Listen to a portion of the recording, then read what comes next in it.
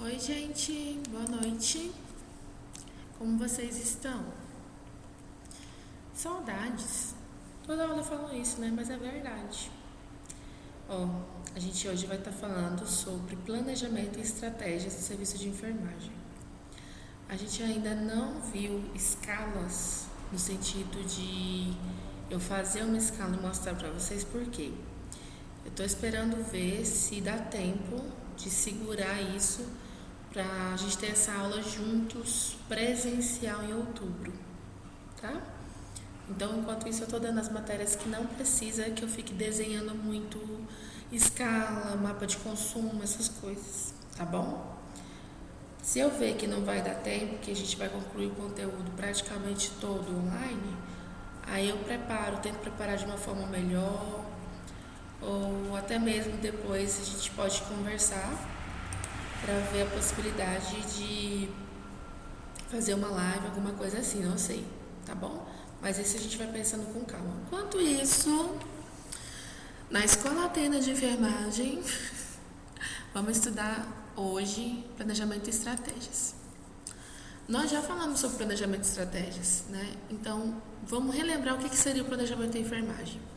O planejamento é a função administrativa que determina antecipadamente o que se deve fazer e quais os objetivos que devem ser atingidos. É um modelo teórico para a ação futura. Por exemplo, nessa pandemia a gente tem que se planejar, não é? Principalmente com relação ao nosso tempo.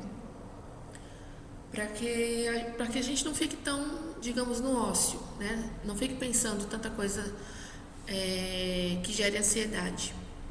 Eu tô com muita ansiedade porque a gente não esperava estar dessa forma, né, na escola, né, na vida pessoal, né, na vida profissional. Então, são outros tempos que a gente está vivendo. Então, o planejamento, ele é o quê? No geral, você se planeja para futuramente você almejar e conseguir aquilo que você planejou de forma eficaz. Na enfermagem não é diferente. Na enfermagem dessa forma também. A gente planeja a nossa escala, a gente planeja nossas atividades do dia a dia, a gente faz o planejamento de quanto tempo que a medicação vai ficar no soro, né? A gente faz todo o planejamento para poder a assistência de enfermagem ser completa. Mas afinal, o que é planejar?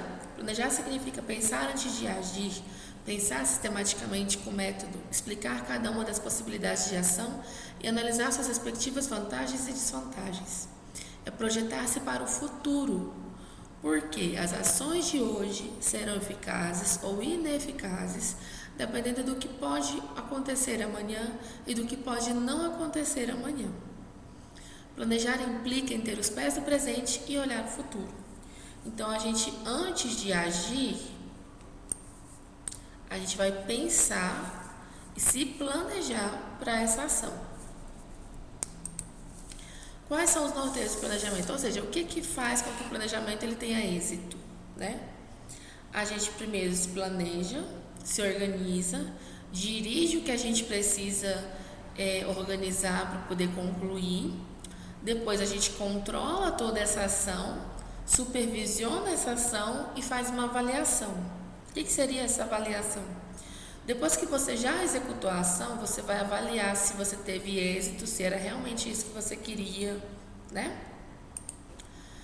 Quais são as fases, então, do planejamento normativo? Conhecimento do sistema como um todo, ou seja, eu tenho que conhecer quais são as necessidades do meu paciente, quais são as necessidades do meu setor, quais são as necessidades minhas, né, como profissional no meu trabalho. Eu preciso conhecer quais são as necessidades. Eu determino objetivos e prazos. Por exemplo, o paciente vai ficar 7 dias. Quem planeja isso é o médico. Aproximadamente 7 dias. Conforme os cuidados de enfermagem e o tratamento médico com medicação direitinho, esse paciente pode ficar menos que 7 dias ou mais que 7 dias. Não é assim que funciona? Estabelecimento de prioridades. O que eu vou priorizar? Por exemplo, a prioridade do meu paciente, ela é com base naquilo que a gente fala, né? Ele tem que estar à vontade, ele tem que estar se sentindo acolhido pela enfermagem, pela equipe multiprofissional. Então, qual é a prioridade do meu paciente? Meu paciente tem prioridade de ter as eliminações vesicais e intestinais frequentes todos os dias, é prioridade para ele. A prioridade do meu paciente é não sentir dor. Então, eu também tenho que estar de acordo com as prioridades dele. Seleção de recursos disponíveis. Por exemplo, o recurso que a gente fala muito são os nossos recursos materiais do dia a dia. Estetoscópio, esfigmomanômetro, falei tão rápido, né? As medicações, as seringas para usar aquelas medicações para poder fazer todo o nosso trabalho da forma correta, os nossos EPIs, que hoje em dia é primordial. Gente, recurso disponível hoje em dia, principalmente para enfermagem, chama-se EPI. EPI para respirar, EPI para a gente conseguir fazer uma movimentação com um paciente de mudança de decúbito. Tudo que vocês imaginarem hoje se resume em EPI e atenção, para a gente ter êxito no nosso trabalho. Desenvolvimento do plano operacional. Qual é o plano operacional? Por exemplo, o plantão de hoje, que hoje é ímpar, dia 29 de setembro. O plantão de hoje, olha eu falando a data para vocês, né? Então, eu estou gravando esta aula hoje, 29 de setembro. O recurso disponível em relação ao que a gente falou agora, o plano operacional. O plano operacional hoje, do plantão que vai assumir agora, que vai assumir daqui a pouco, 7 horas da noite, a equipe de Ana Cristina, Daniela Araruna, Leonardo Moreira, que eu ia falar, mas Léo não está nessa aula, né? Rafael e Gilmar. Esses 4 profissionais vão assumir daqui a pouco o plantão de 7 da noite, certo? Então, qual é o plano dessa equipe da noite para atuar, digamos, no setor clínica cirúrgica? Essa equipe vai estar recebendo os pacientes, recebendo o plantão do dia, fazendo todos os cuidados da noite, que inclui muitas vezes mudança de decúbito, que inclui muitas vezes medicações via oral, medicações intravenosas, verificação de sinais vitais, diminuir a dor do paciente, promover acolhimento, promover conforto, fazer solicitação de materiais, entenderam? Então, o plano operacional é aquele que você vai executar durante o seu processo de trabalho. Desenvolvimento do programa. Por exemplo, digamos que no hospital que a gente está trabalhando, no Hospital Atena, o programa que eles querem desenvolver com o paciente é o programa de prevenção ao suicídio no mês de setembro, né? Então, a gente vai trabalhar o mês de setembro amarelo dentro do Hospital Atena com prevenção ao suicídio. No mês de outubro, prevenção ao câncer de mama, com Outubro Rosa. Professora, só os programas do Ministério da Saúde que esse hospital trabalha? Não. Vamos colocar então que no mês de outubro a gente vai trabalhar Outubro Rosa, que é a prevenção ao câncer de mama, e vamos trabalhar também o risadaria. Vamos fazer com que os nossos pacientes sorriam todos os dias. Então, a gente vai convidar pessoas dos grupos de anjos da enfermagem que fazem trabalho voluntário de palhaços, de música, né? A gente vai trabalhar a risadaria. Vamos fazer com que os nossos pacientes tenham muitas risadas no mês de outubro. Então, é um tipo de programa que cada hospital estabelece, cada equipe estabelece. Avaliação, controle, supervisão, execução e aprovação. Tudo isso aqui é referente do 1 ao 6. Então, a gente vai avaliar, vai fazer o controle, vai fazer a supervisão, vai executar as ações e ver se aprova tudo isso que a gente falou, tá? Para ser executado. Qual é a ferramenta gerencial que a gente trabalha? Somente a ação muda a realidade. Gente, se eu estou com dor do lado direito, porque eu estou deitada somente do lado direito, o que vai mudar a minha realidade? Se eu deitar para o lado esquerdo.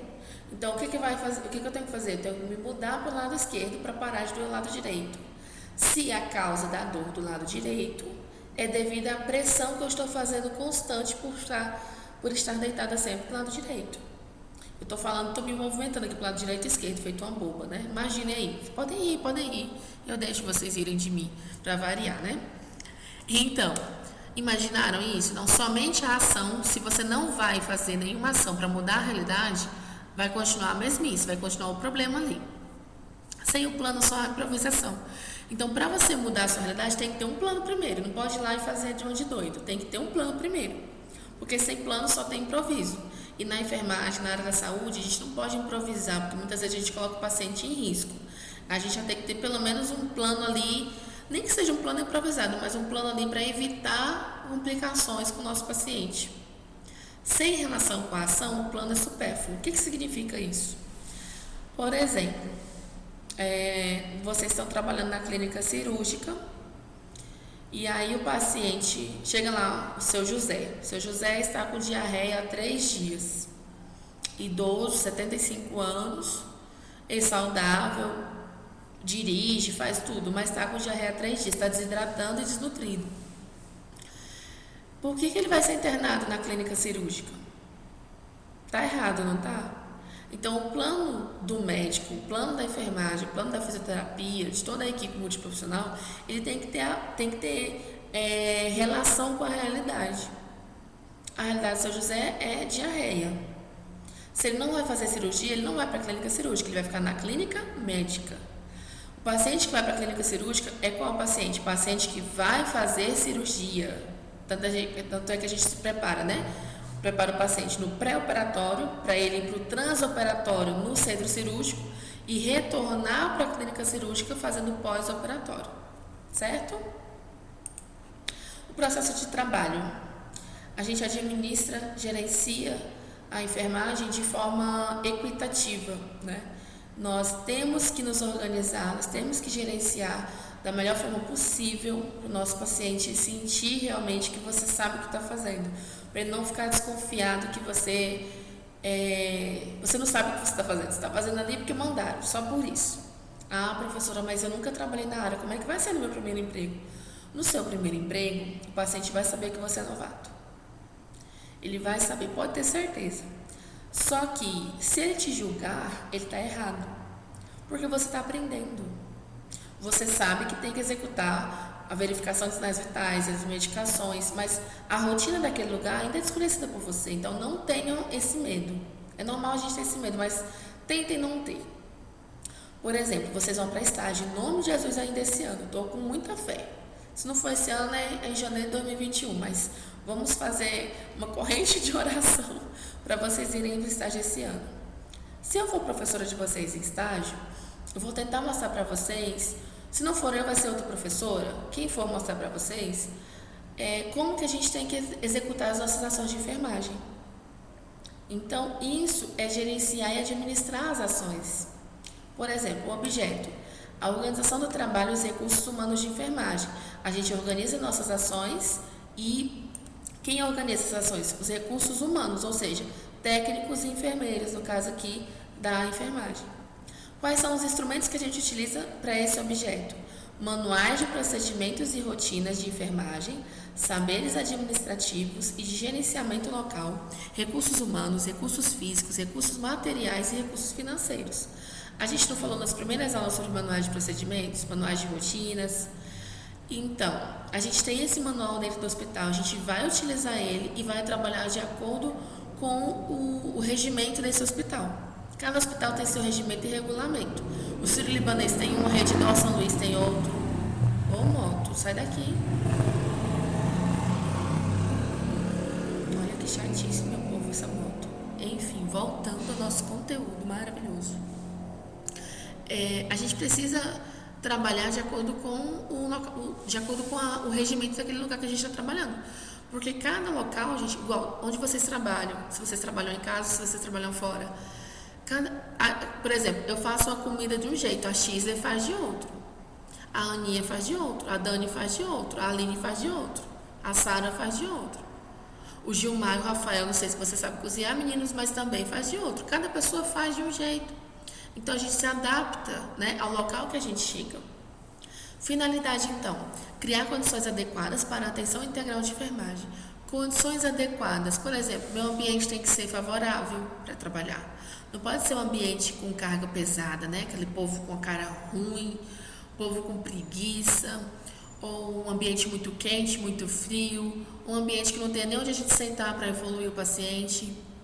De preferência que tenha conforto, não precisa ser luxo, mas que tenha conforto para a gente conseguir trabalhar.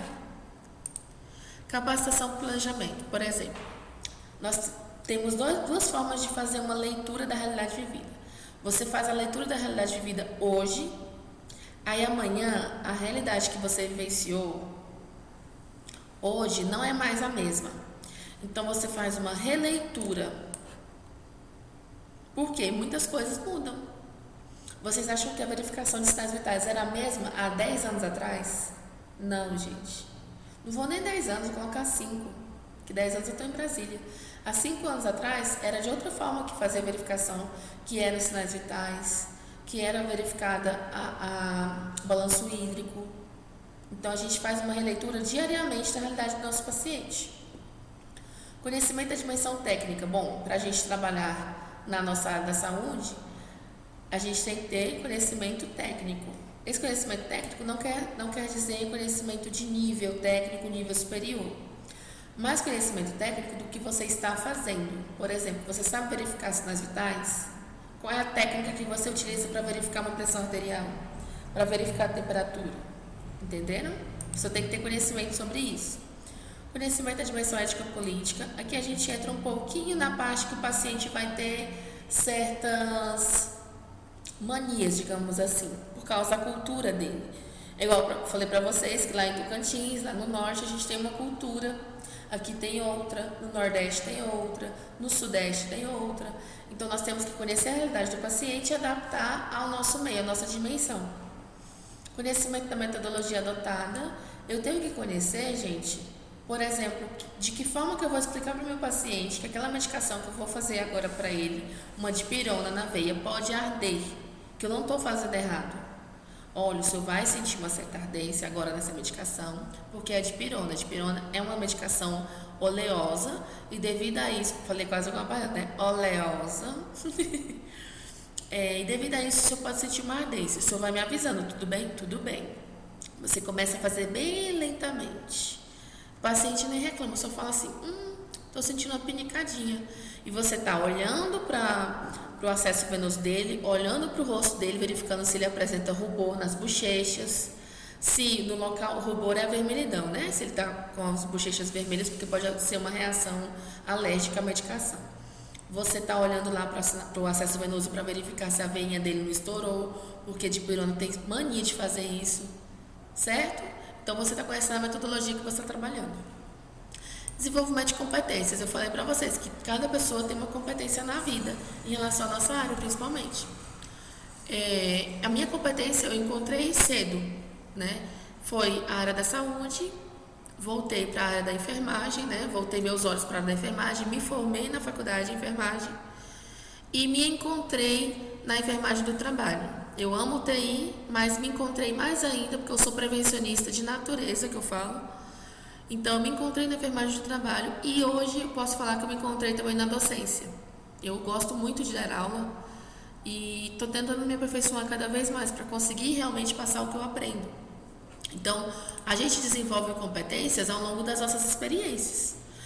Alguns de vocês vão gostar mais de UTI neonatal, de UTI adulta, de pronto-socorro, de centro cirúrgico. Cada pessoa vai ter e vai verificar aquilo que vai mais se identificar. Visão e missão, que é o que a gente falou agora há pouco. O nosso paciente tem uma visão e uma missão, que ele vem de casa. E o hospital que a gente trabalha tem a visão e a missão dele. Então, falando agora sobre a visão e a missão do hospital, cada hospital. A visão dos hospitais, ela indica as aspirações da organização ou dos trabalhadores, associa-se figuração e imaginação. Ou seja, o Hospital Atena, ele tem a visão de ter uma equipe preparada com enfermeiros, técnicos de enfermagem, médicos, fisioterapeutas, fonoaudiólogos, assistentes sociais, nutricionistas, endócrinos entram como médico, né? Etc. Que esses profissionais consigam fazer com que o paciente sinta-se acolhido, sinta-se que naquele ambiente ali ele está sendo bem cuidado, que existe a humanização. E a missão consiste em uma declaração identificando a razão pela qual a organização existe e sua função. Então, a função do Hospital Atena é prestar um serviço de excelência, fazer com que seus pacientes oncológicos, pediátricos, idosos, adultos, puérperas se sintam acolhidos pela equipe multiprofissional e que a equipe multiprofissional consiga atender às expectativas dos pacientes. Entenderam? Etapas do planejamento da qualidade do serviço de enfermagem. Vamos lá, agora o bicho vai pegar. Primeiro, eu tenho que definir e delimitar os meus clientes. Ou seja, eu defino o meu paciente, né, como um paciente que precisa da minha atenção, do meu cuidado, do meu olhar clínico. E eu vou delimitar os meus pacientes, ou seja, eu tenho um certo número de pacientes para cuidar. Não posso cuidar de 30 pacientes ao mesmo tempo. Então, eu devo definir e delimitar os meus pacientes. Segundo, eu vou identificar as necessidades de cada paciente. Todo paciente que faz cirurgia de apendicectomia, que é retirada do apêndice, ele tem que ser tratado do mesmo jeito? Bom, com relação aos cuidados pós-operatórios, pré-operatórios, sim. Mas, com relação às peculiaridades, ou seja, as mínimas coisas que cada paciente apresenta, não. Por quê? Tem paciente que vai sentir mais dor, tem paciente que não vai sentir dor. Tem paciente que vai sentir menos dor. Tem paciente que vai reclamar porque o ar-condicionado está no 23. Aí você coloca no 19, ele diz, não, está muito frio. Você coloca no 21, está muito quente. Você coloca no 20, ele diz, está ótimo. Pronto, você encontrou e identificou a necessidade dele. Entenderam?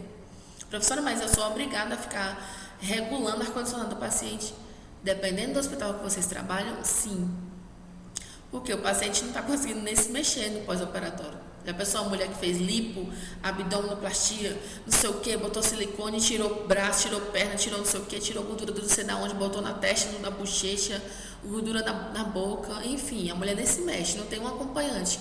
Quem é que vai mexer no ar-condicionado? É tu mesmo. Entenderam? Priorizar as necessidades dos clientes. Quando a gente fala priorizar necessidade, não é o paciente que te chama lá na campainha, quando tu chega lá no quarto, ele diz assim, ô X, eu queria um McDonald's. Aí tu fala assim, X, então, eu não tenho como resolver isso não. Você não pode falar isso. O que você vai falar? Queria ver a cara da X agora ouvindo isso. A X vai falar assim, olha, vou falar com o doutor Henrique, que é o seu médico, porque o senhor fez uma cirurgia bariátrica, né? Então não pode nenhum tipo de alimento a não ser líquido. Então eu vou falar com o seu médico para ele vir informar o senhor e verificar qual a melhor forma de resolver isso, tá bom? Pronto. Você não disse nem que sim nem que não foi, Gisley? Entenderam, gente? Então a necessidade do nosso cliente é o quê? Não sentir dor é uma necessidade. Ele não quer sentir dor. Ele ser bem atendido, ser atendido com educação, ser atendido com humanização. Isso é uma necessidade do nosso paciente. Um banho bem feito, né? Você dá um banho de qualidade nele, não é um banho jogando água como se estivesse banhando uma esponja, um pedaço de papel, né? Não, você tem que dar o banho do paciente como um todo, para ele se sentir, além de ele querer se sentir limpo, higienizado, ele se sentir também relaxado. Traduzir a voz dos clientes para a linguagem técnica de enfermagem, estabelecimento de características do serviço de enfermagem. Esse traduzir a voz dos clientes é o que, gente? O paciente chega lá e diz assim, olhe, tô com dor na junta. O que é a junta, gente? As articulações. Tô com dor nas cadeiras. As cadeiras é o quê? Os quadris. Tô com dor aqui no dedo mindinho. O dedo mindinho a gente vai saber qual é, mas a gente vai saber que é o dedinho menor, né? Do pé ou da mão. Então, a gente tem que traduzir a voz deles para a nossa realidade. Você não pode fazer uma anotação de enfermagem, paciente relata dor no dedo mindinho. Não pode. Paciente relata dor no quinto dedo menor, acho que é assim, que quinto dedo menor, não lembro agora o nome do dedo mindinho, mas tem um nome científico. Ou você não pode falar, paciente sente dor nas juntas, né? A gente tem que traduzir a voz deles para a nossa realidade, tá bom? Estabelecer formas de avaliação das características de qualidade do serviço de enfermagem. Quais são as características da qualidade do serviço de enfermagem? Quais são essas características? Quais as características que vocês acham que a enfermagem tem que ter para com o paciente? Quais são essas qualidades do serviço de enfermagem que tem que ser prestado para o nosso paciente nos dias atuais, no meio da pandemia? Para vocês, o que seria essa qualidade do serviço de enfermagem? O que seria, digamos, o melhor jeito de vocês demonstrarem para o paciente que ele se sente realmente no serviço de humanização, no serviço adequado, numa realidade diferente do que ele está acostumado? Digamos, ele teve uma experiência muito ruim em outro hospital, então o serviço que ele hoje em dia espera é outro, né? Ele espera hoje, né? Tipo assim, ele espera hoje que seja, coitado, saia vivo. Ele espera que saia vivo. Pensem aí, nesse momento. Bom, na minha opinião, o paciente espera que a gente seja proativo, né? Que a gente tenha atitude. Você está lá vendo o sangue voltando na mangueirinha, como diz ele. O acesso venoso dele sendo perdido. E você fica só olhando em vez de agir. Então, ele espera que você seja proativo, que você tenha paciência, que você goste do que você está fazendo, que você não esteja lá por obrigação, insatisfeito com problemas. Ele espera que vocês sejam também flexíveis, né? Tipo assim, poxa, Shisley, poxa, Ana, caramba, Daniela, eu queria tanto comer um McDonald's. Então, a Aparecida não vai dar, porque você fez bariátrica. Mas eu vou verificar como é que a gente pode tentar amenizar isso, tá? Eu volto já. Pronto. Você foi flexível, como eu falei pra vocês. Você não disse nem que sim, nem que não. E a gente tem que ter um emocional muito bom, gente. Professora, e quando a gente está no péssimo dia e a gente tem que ir trabalhar, o que a gente faz? Respira fundo e vai. Ultimamente eu tô assim. Só vai. Vai sem olhar para trás. Mas verifica o que você está fazendo, para você não fazer errado. Porque senão você mata alguém. Então, a gente tem que olhar para frente, a gente tem que cuidar do nosso paciente como um todo. Porque essas qualidades, gente, é o que ele espera da gente. Tá? Priorizar as características do serviço de enfermagem, como a gente já comentou isso, né?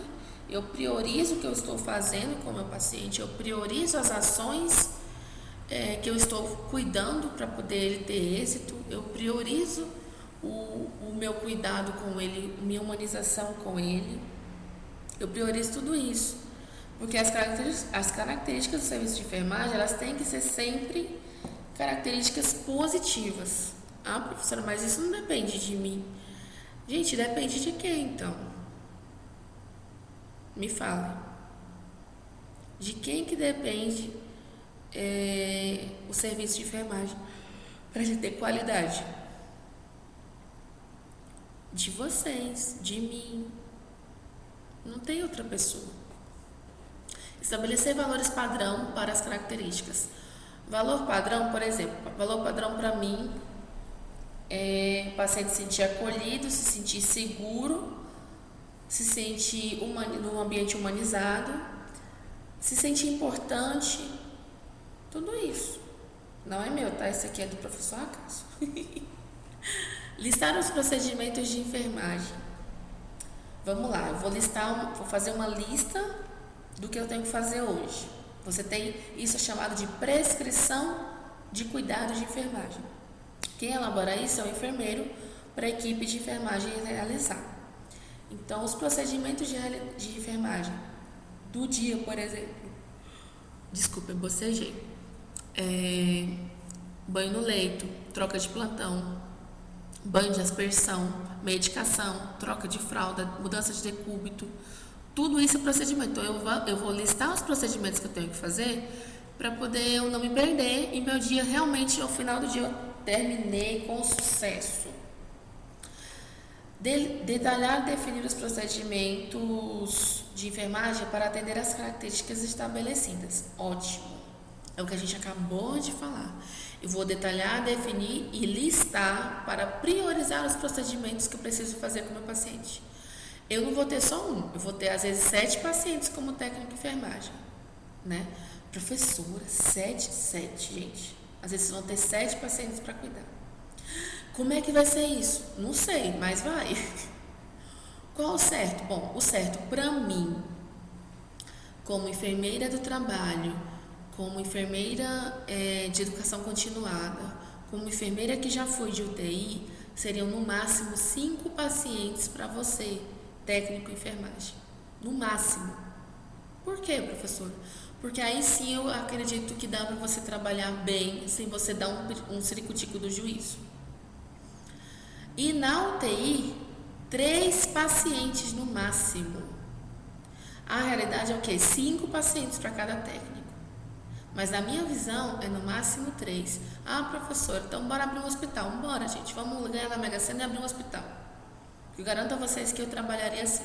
Quando eu mexia com escala, eu trabalhava dessa forma. Era uma brigaiada com a gerência de enfermagem. Como é que você quer colocar 3 pacientes para cada técnico só na UTI? Impossível, então contrate mais técnicos. Meus técnicos não vão assumir mais que 3. E o pau comia, mas dava certo no final. Detalhar e definir os procedimentos para atender isso que a gente falou agora. Refletir continuamente sobre os procedimentos executados no planejamento do serviço de enfermagem. Meu povo e minha pova, se a gente não refletir sobre o que a gente está fazendo para verificar se a gente precisa melhorar, como é que a gente vai melhorar? Por isso que o professor às vezes pega tanto no pé de vocês. Por quê? Olha, Ana, tem que ser assim, assim, assado. Olha só, Sara, eu acho que o serviço de enfermagem, ele deve ser melhorado assim, assim, assado. Então, o que a gente tenta fazer com vocês é fazer com que vocês entendam a melhoria da qualidade do serviço de enfermagem. Ela tem que ser a prioridade. O nosso paciente é a nossa prioridade, juntamente com a nossa saúde mental, é claro. Mas os nossos procedimentos que a gente faz no dia a dia, que a gente executa, eles têm que ser melhor planejados. Eita, isso vai... Eu tomei um gole de água agora. Isso vai ser lindo, né? Vocês ouvindo isso. Oh, meu Deus, eu esqueci. Mas, enfim, não fiquem surdos, né? Foi só um golinho de água. Gente, eu tô com muita saudade. Por hoje é só, né? Foi uma aula bem tranquilinha. Vou preparar mais aulas, vou preparar conteúdos. Teremos provinha, tá? Online, feita lá mesmo no próprio site da escola. E aí, a gente vai vendo como a gente pode melhorar isso. Esse nosso estudo, essas nossas, digamos, prioridades atuais. E espero que em breve, muito em breve mesmo. Afinal, setembro já acabou, faltam poucos dias para outubro. E se Deus quiser, a gente volta em outubro. Estou com muita esperança. Espero que vocês também estejam rezando, orando, pedindo a Deus que tudo isso passe de uma forma que a gente continue livre do Covid, né? Que a gente continue se protegendo, tá bom? Eu gostei dessa frase, é pra frente que se anda, é pra cima que se olha, é lutando que se conquista. Não é coach não, tá, gente? Não é autoajuda não. É só porque não tem outra forma da gente vivenciar tudo isso. Se não é pra frente que a gente for, não tem como voltar atrás em 2020. Graças a Deus já tá até acabando 2020, né? Então é pra frente que a gente vai olhar agora, com certeza, sempre se prevenindo, usando máscara, lavando a mão, evitando estar em contato com muita gente, evitando sair, se tiver que sair para trabalhar ou porque você não aguenta mais, quer ir no barzinho, mas toma cuidado, pede pro cara higienizar a mesa na sua frente, tacar álcool na mesa todinha. Enfim, gente, os cuidados que vocês já sabem, vocês já tiveram a matéria de biossegurança, vocês têm o treinamento lá do Covid, né? Quem não tem, só entrar no site do Ministério que lá tem, explicando direitinho, tá bom? Um beijo, boa noite, fiquem com Deus.